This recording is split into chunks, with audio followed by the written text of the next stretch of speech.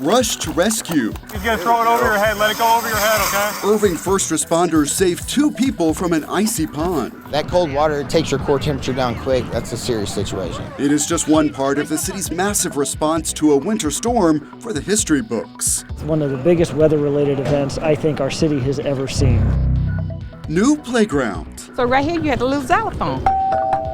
You know, I love it. This is really great. See what makes this location unique and a lot of fun. Run for a cause. I wanted to take my life because of what I was dealing with. Retired Army Major Eric King takes steps toward reducing veteran suicides. His latest mission is ahead. Plus, an easy and proper way to retire a flag and the initiative to improve drainage. Now on City Source.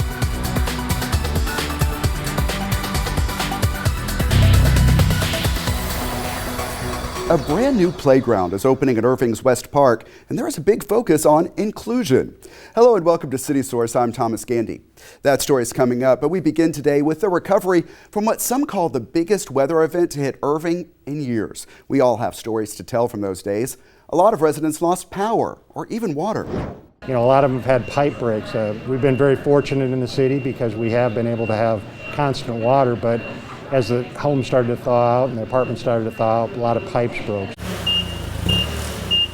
Kroger donated truckloads of bottled water to be distributed to residents who still did not have water days after the thaw. We had multiple water breakages of pipes on the private side of apartment complexes, houses. So our water infrastructure is still in place, but until those repairs are made on the private side, those residents will not have water. So this gives us the capability to distribute water to residents so they can have for drinking. It is important to point out, as you heard Jason say, that the lingering water problems were in private developments. Irving Code Enforcement worked to address those with property owners and managers. In fact, the city of Irving was never under a boil water notice at any time during this weather event. The local water supply was always safe. In advance of the storm and throughout the event, hundreds of city employees responded in a lot of ways. Take a look.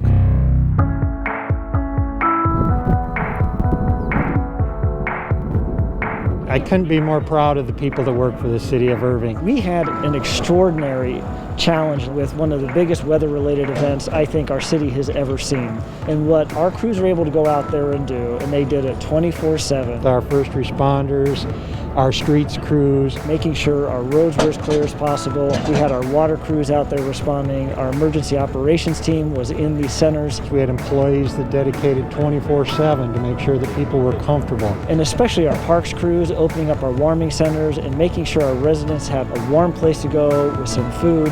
I tweeted out and put on social media a number of times how proud I was of our men and women, not just those men and women driving around in police cars, but our dispatchers, our detention staff, our support staff. You know, they showed up every day. They were here ready to work. Many of them spent the night at the police department. The guys did a fantastic job of just keeping a positive attitude and just mowing through the calls one by one. There was ice all over everything. Push it all the way to them. There you go. Yeah, that's something you definitely don't see every day. That cold water takes your core temperature down quick. That's a serious situation. We have a great relationship with IPD, the police department here. We work hand in hand. Talk about just answering the call. It was truly remarkable to see their dedication, their resilience, their commitment to providing service for this community. I couldn't have been more proud. I can't say enough about our employees. I'm so proud to be a mayor of a city that the employees really believe in their community and are giving back. That's what we're here for. That's what we want to do for the citizens. And we have some numbers to share on the response. The Irving Fire Department dispatched personnel to nearly 1,800 calls. For the Irving Police Department, the number topped 2,500. The city's Streets Division applied the equivalent of 125 semi-truckloads of sand. Water Utilities responded to about 4 times its regular number of service requests, more than 1,300. On the federal level, the U.S. Small Business Administration is offering low-interest disaster loans to businesses of all sizes, private nonprofits, homeowners, and renters who were affected by the storm. To learn more and apply, visit disasterloanassistance.sba.gov.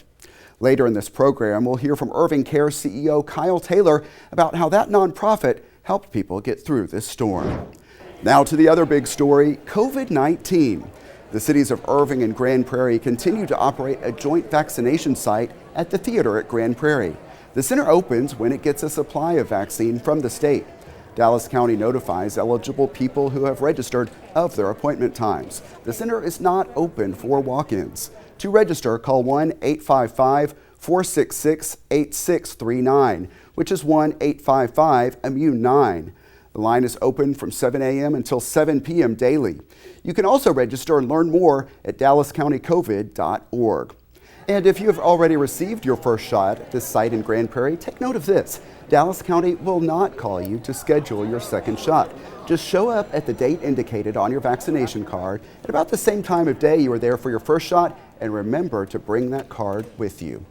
On to other news now. We've been keeping up with all of the big projects underway in the Parks Department, and here is the latest, an all-new playground at West Park.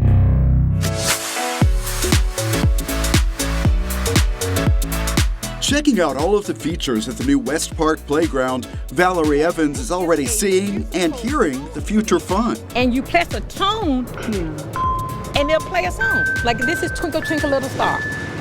How much fun would little kids will enjoy this? Me being a grandmother of 10. You said grandmother of 10? Of 10. I look forward to bringing my grandkids out here to enjoy this park. Now, I'll be the grandmother sitting there, cut that noise out, but they'll be playing. The playground is just days away from opening. It features special areas for 2 to 5-year-olds and 5 to 12-year-olds, all designed with a special focus on inclusion. We have a growing segment in our community of special needs children that are coming up, and we feel that it's important that they have an area to come and play, that they feel welcome just as any other child in the community. There's one back here, it's called a quiet space. It's partially enclosed, and like an autism kid might have too much stimulus out here, and they can go there and sit down and cool out. And there is also this space in the area for smaller kids. Somebody can kind of dismiss themselves from the regular foot traffic in the centuries over here and come and kind of concentrate on some different things. It's got the color spectrum through the chimney there, which that's going to shine colors onto the grounds. You'll notice the swing sets that we have are for larger kids that have some mobility issues so that they can get on those swings and they can be secured in and enjoy things like any other child. The new playground replaces one that had been here more than 2 decades and was showing signs of wear and age. This replacement has the latest attractions. Let's talk about this slide. This is huge. Yeah, it's huge. It's almost like 3 stories up. And there are more features not found in any other Irving park. You know what, I love the turf. I mean, I think it's just awesome. It's beautiful to look at, but it's an awesome safety feature to have. It's something that you're starting to see more of in our industry. This is the first playground in Irving that has this type of fall surface. You're gonna fall right here on the turf. You're gonna fall, get up, brush yourself off, come back, beat. Have fun. The whole playground incorporates about 1,800 square feet of shade that we've added. We felt that offering shade would give it more comfort and practicality of coming out in the summertime. About $300,000 in federal community development block grant funds paid for the new playground. And those funds are also paying for an expansion and renovation that's almost complete at the adjacent Georgia Farrow Recreation Center. We added a gymnasium onto that space as well as shower facilities and expansion of the weight room. More on that soon, but on this day, the focus is on this new playground where imaginations will be taking off. The more you crawl through here, the more you see. Is it a castle one day? Is it a spaceship one day? Is it a cave? You know, whatever they want it to be, it can be. This is the direction that we want to move in as a department, bringing out some new amenities, some new features, and some things that are just super inclusive for our community. Valerie Evans is eager to tell her grandkids all about what she saw today. I'm going to tell them, you all will be so amazed and surprised. There is so many activities for you all to be involved in and for you to explore. With all of the picnic tables now installed, work is wrapping up and playtime will begin very soon at West Park. That project also included work to improve the drainage inside that park. We have a list of candidates running in the May City Council election. Here are the names in the order in which they will appear on the ballot. A drawing determines that order. In single-member District Place 4, the candidates are businessman Sunil Mosa and retired firefighter Phil Riddle, the incumbent. In single-member District Place 6, the incumbent Al Zapanta is running unopposed. In at-large District Place 8, the candidates are Executive David Palmer, who is the incumbent, and Pastor Dennis Webb. The ballot will also include 12 propositions that relate to the issuance of up to $563.4 million for a range of projects. Now, here are the dates to keep in mind. Early voting runs April 19th through 27th. Election Day is May 1st. The City Secretary's office can answer election questions. That number is 972-721-2493. Retired U.S. Army Major Eric King braved the recent cold weather to draw attention to a cause he believes is critically important, and that is reducing the number of veterans who die by suicide. We talked with him to learn more about his personal story. As the clock strikes 12 noon, retired Army Major Eric King is at Whistle Stop Plaza to kick off a special event. And if you could turn back this clock to this very day in 2005... That is when I first had my IED attack over in Iraq, which led me to my darkest times in my life. So I was almost a victim myself of suicide. This event aims to improve those dark times many veterans experience. We need to recognize our veterans who have served our great country, but they have combat and been dealing with post-traumatic stress disorder and other mental illnesses and gotten to a point in their lives where they took their own lives. Woo! That's why he is setting out on a virtual walk and run-a-thon to raise money and awareness of suicide. Because it's virtual, people could participate anywhere. This Army sergeant is in New Mexico. I recently lost my own brother. And so they mentioned, I take it personal. Major King's own brother is running alongside him. Terrence King hopes this event will help break down the stigma around mental health issues. It's what kept them from having an open dialogue for a while. He had called me and said, brother, I need to talk to you about something. So, we sat on the phone and we talked. And then I'm just like, well, why you didn't come to me at first? And he was like, I didn't know how to. And then at that point, that's when I just broke down and we both cried on the phone. Let's get it. They're running through downtown Irving for 22 minutes because it's reported that 22 veterans a day are taking their lives. Along the way, there is a moment of silence at Veterans Memorial Park. And at Irving City Hall, a special salute with Irving Mayor Rick Stover, a strong supporter of Major King and the nonprofit he founded, Vets What's Next. What really touches me is his desire to give back. He's had a lot of challenges in his life, but he's committed to giving back to those veterans that have suffered through the similar things that he has. And it's important to him to make sure that they understand the benefits that are available to them and the help that's available to them. Major King has already launched an app to help connect veterans with resources. For him, his biggest support comes from his family. And here's another one. And this little guy right here. So it just fills my heart. And it just makes me want to just continue every day. What can I do better? How can I contribute more? How can I save a life? As the run continues, his thoughts shift between the heavy, my best friend, Captain Howard Wade, who took his life, and the hopeful. Today may be hard for you, but tomorrow can be better. And if tomorrow isn't better, look for the day after to be better. You have a reason to live. It's that optimism that guides his work with Vets What's Next. And that's another great thing that Vets What's Next is doing with our Scholarship Foundation, is to help remove the burden of those veterans who are putting their dependents through college by taking advantage of a Vets What's Next scholarship. Let's get it poppin'! This year's proceeds benefited the Irving Police Department's Family Advocacy Center. We're going to be back here next year doing the same thing again in many years to come. As long as the need persists, he vows to keep running and keep talking about the issue. And Vets What's Next just want to help put things in place to reduce that number from 22 of our American heroes from taking their lives down to 0. See our earlier stories with Major King on our Operation Finally Home playlist at youtube.com/The City of Irving. The Irving Fire Department has a way to make sure U.S. flags get their proper retirement once they are worn. FedEx donated a drop box that is outside the Fire Administration building at 845 West Irving Boulevard. Simply place flags in the box and the fire department will handle the rest. In economic development news, Christus expects to break ground soon on a new headquarters building. The 15-story tower will be located at 5101 North O'Connor Boulevard and will be complete in 2023. Christus first moved its headquarters to Irving in 2012 and has expanded since then. A company executive said he is thankful for the incentives from the city and guidance from the Chamber of Commerce. In addition, State Bank of Texas will also build a new corporate headquarters on the land. And in another recent win, the MetroTex Association of Realtors is moving its headquarters from Dallas to Irving on Kenwest Parkway. The city of Irving is investing tens of millions of dollars to update or replace aging infrastructure. In recent years, a lot of work is focused on improving drainage. We take a look at some of the work happening now and what's still ahead. This 5-year project on the Delaware Creek and related channels is just about complete. You are looking at the final stages of work on the Brockbank Channel. The need for improved drainage was clear. On earlier visits to sites along Delaware Creek, we could see some channels were in bad shape.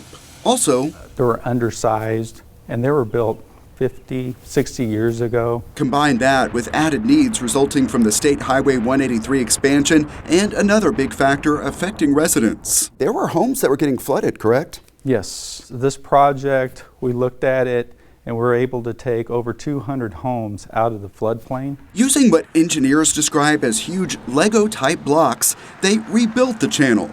Before the project started, you could see the channel walls came in at an angle. But by changing the design with those blocks, they added capacity. What we did is we lowered the channel and made it more of a square. So you have straight walls. So we increased that area to allow the 100-year storm event to pass through. I think the method they've been using by making them deeper is working very well, because that way you don't have to buy a lot more easement to accommodate that increased flow. Tell me about the relationship with residents throughout this process. What kind of response are you getting from them? Overall, great responses.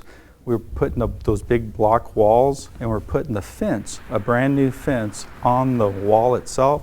So in many cases, the resident actually, it appears that their yard is a little bit bigger than it was before because of the fence being moved to the wall. The city also responded when residents voiced concerns about trees. There's a neighborhood that had these beautiful trees and they wanted to see if the trees can be saved. About 40 some trees. What the city staff did and the design consultants, we redesigned the channel over to the east to save the trees on the west. This project is only the start of the city's focus. Irving is launching a 5-year, $100 million project called Drainage Solutions for a Better Tomorrow. We have the Embassy Channel that's north of 183 to Rochelle, and Embassy Channel is west of MacArthur. That's starting up this summer. West Irving Creek will be another major focus area. It will be completed in 4 phases. Big projects expected to make an impact in the years to come. It's important that we do it to protect people's property, and so that people are not worried about, is my house going to flood this time when it rains? Now back to our top story and the impact of the recent winter storm. Some people were left without electricity or other utilities for days. So that's when they reach out for help. And Irving Cares is there to answer that call. CEO Kyle Taylor is our guest. He is also an Irving City Councilman. Thanks for being here, Kyle. Well, thanks for having me. Sure. And tell me about some of the ways Irving Cares responded to the storm. Several ways that we responded was we had an increase in demand for food to continue to provide those services. The other thing is we worked really, really hard to try to collect water. We knew there were a number of folks in Irving that needed water. So I reached out to a number of our retail partners and our corporate partners and asked for water, and then was able to provide numbers of bottles and cases of waters to apartment complexes that have been impacted by the water. Second thing is we've had a number of phone calls of folks asking about where they can get repair help or plumbing help. So we kind of put together a quick little list of local folks in Irving that provide those services and gave them direct contact number to those folks to try to reach out and get the repairs done on their houses. And you were also involved at the city's warming stations, correct? Yes, we were called this Parks Department, and Jason Carey, who runs emergency management, they reached out to us and asked us to show up and bring some food and water and supplies to the warming stations, which I thought was a really great idea that the city did to open up. We had so many families that did not have power as a quick place to go get warm when they didn't have power. Like I didn't have power in my house for over 8 hours at a time. So it was great to have a place like that for them to be able to go and provide that for our residents. And now the lights are back on for everybody, but you're still talking with clients. What lingering impacts are you seeing? There's a lot of lingering impacts, a lot of concerns about how to work with the utility companies or their landlords regarding paying their bills and making sure they stay in good standing with their utility companies and with their landlords, working with that. And just where to go to get information to be able to handle those things that they're dealing with. Of course, we're still seeing a strong demand for food, strong demand for financial assistance, rent and utilities, as well as a growing demand all of a sudden now for education and employment so people can make more money to better protect themselves in the future moving forward in case something like this happens again. And that gets at the next topic, is kind of broadening the view beyond the storm. For any new viewers of this program or new residents to Irving, what types of services overall are you and your team able to provide to clients at Irving Cares? Well, I really appreciate you asking that. There's a couple of things. We have rejoined back up with our mental health group that is now back in our offices a couple of days a week. So if somebody's really struggling, having to deal with not knowing where to go, we provide a mental health solution or service for them now through our partnership relationship with IPS. Of course, we always had the food pantry, financial assistance, rents, utilities. We've added another utility company to our bucket to where we can actually expand the different types of utility companies that we work with, financial assistance, and of course our education and employment to help folks get to those living wage jobs and empower them to be self-sufficient are the things that the three-legged stool that Irving Cares has always stood on for many years in the city. And we know you've been confronting more than the recent winter storm. How has the ongoing COVID-19 pandemic affected the needs you see at Irving Cares? So it's been really interesting. For very first when it started out, it was a lot of food. Now a lot of it has started to turn to those financial assistance, rent and utilities, making sure they're okay and they don't have to deal with getting evicted or having their lights turned off, especially coming out of the winter storm. The third, we are starting to see a really strong increase in folks wanting to find those recession-proof or downturn-proof jobs. So a lot of requests coming into us for employment and education assistance as we move through this. We know that's going to be a big demand. We also know that as federal and state authorities kind of change the way governing and the way things are working and decisions they're making affecting people with evictions and stuff, we will start to see that increase continue to be strong, looking for rental assistance and financial assistance. So hearing all of this, how can people help? What are your biggest needs at Irving Cares right now? Well, I think the biggest thing right now is to remember anytime we have a pandemic or a weather storm like we had, the city really shows up in force for that. But the thing they got to remember is poverty never takes a holiday, poverty never takes a vacation. And we have a number of families inside of our city that struggle just to make ends meet. So even though you've given once before, given during a emergency situation, continue to give canned food drives for us, donations to keep the roofs over people's heads, lights on, just for general operating us to be able to take care of those specific needs that people are asking for. But our biggest impact right now is money for rents and utilities. All right, and we have the website on the screen. Kyle Taylor, thanks so much for being here. Thank y'all. Keep Irving Beautiful is getting ready for the Don't Mess with Texas Trash Off Great American Cleanup. This year's event will look a little different from past years. Registration is limited to 100 participants and there will be staggered start times. The cleanup will be on Saturday, April 10th at Trinity View Park. Register now at keepirvingbeautiful.org. Volunteers who bring a canned food item for Crisis Ministries will receive a free t-shirt while they last. And now it's time for our Pets of the Week. So let's get a virtual visit to the Animal Care Campus. Michael Whiteside from the DFW Humane Society is with us. Great to see you, Michael. Good to see you too, Thomas. And we're again talking about big dogs. And the first one today is named Blue. Tell us about Blue. Yes, so he is about 4 years old. He's a pointer mix. Sit. Good boy, Blue. He's a very active dog, very friendly. He seems to get along with other dogs. I do know that he was originally found at the dog park because someone abandoned him and left him at the dog park. He was just, I guess, bouncing around, having a great time with all the animals, but nobody knew who he belonged to. So he originally came into Irving Animal Services, and then we transferred him to DFW Humane Society. And so he's just waiting for that perfect family or person to come and take him home. He is really active, so he's going to need a lot of time playing in the yard or going for walks or runs. He loves playing with toys, though, and he's a fun dog. And important to point out, that's not the proper way to surrender a dog. There are proper channels at the Animal Care Campus to do that. But we also want to talk about Benny today. Tell us about Benny. Yeah, so Benny is about 10 months old. He's a pit mix. He's kind of short and stout, I would say. He was originally adopted from us when he was just a few months old, but he turned out to be, the people that adopted weren't quite ready for the responsibility of a puppy. And so they ended up returning him. They didn't spend a whole lot of time training him, I don't believe. So he still is working on some of his manners.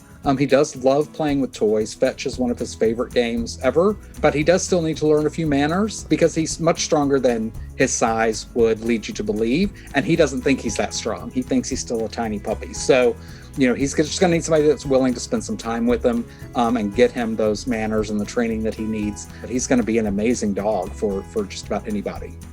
You mentioned the commitment involved in taking a dog and adopting a dog. There is also an opportunity to foster a dog for a shorter period of time, and you're looking for fosters right now, correct? That is correct. We actually, just this year, kind of kicked into high gear a foster to transport program. So basically what that means is we have dogs that have been identified that will be transported to other parts of the United States that don't have an issue with shelter dogs. So they're actually needing pets for people to adopt, which is typically going to be the Northeast United States, Northwest United States. So we're working in an effort to rescue more pets. We've started partnering with Paws for Irving Animals to work with getting animals transported. So what that entails is, in order to go on a transport, the animal has to be out of a shelter environment for at least 2 weeks. So with that 2 weeks, we really are needing foster homes. So, if people are willing to commit to just a 2 to 3 week time period to foster a large dog, then once that's done, they'll go on the transport and they'll go up and get adopted. Most of them are getting adopted immediately when they arrive to their destination. We'll provide you everything you need. We'll provide a crate, food, help you with vet appointments, that type of thing. So, the only real commitment is giving some space in your home for just a couple of weeks to a pet that's going to head up to the Northeast, Northwest, and find a home almost immediately when they arrive. And another great opportunity for local residents is coming up on March 13th. Tell me about that. Yes, so March 13th is going to be our next adoption special. Once again, we're going to be doing free adoptions for all pets at the Irving Animal Care Campus that are 1 year and older. So it'll be a great opportunity to come out and meet some of those pets and, not have to pay the adoption fee, which is going to be about a $200 value because they'll be spayed or neutered, they'll be up to date on vaccinations, they'll be microchipped with their microchip enrollment. For DFW Humane Society pets, we also have some vets that will provide a free wellness exam within 10 days of the adoption. For Irving Animal Services, there may be other fees that apply, like registration fees, but the adoption itself on that date will be free for all pets 1 year and older. Michael Whiteside, thanks so much for keeping us updated and showing off those great dogs. Thanks so much, Thomas. We appreciate it. And the best way to adopt right now is to call the Animal Care Campus and make arrangements to meet. DFW Humane Society's number is 972-721-7788. For Irving Animal Services, call 972-721-2256. Also, check out the websites you see on your screen.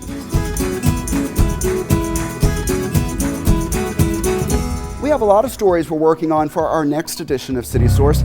The Yellow Heart Memorial ended with an emotional ceremony. We'll show you that and explain how this idea that started in Irving is about to spread internationally. And we'll update the progress of construction at Heritage Park as it gets a big expansion and new features. Also, find out why some Irving barbershops are getting recognition for their participation in the police department's Shop Talk program. Those stories and much more next time.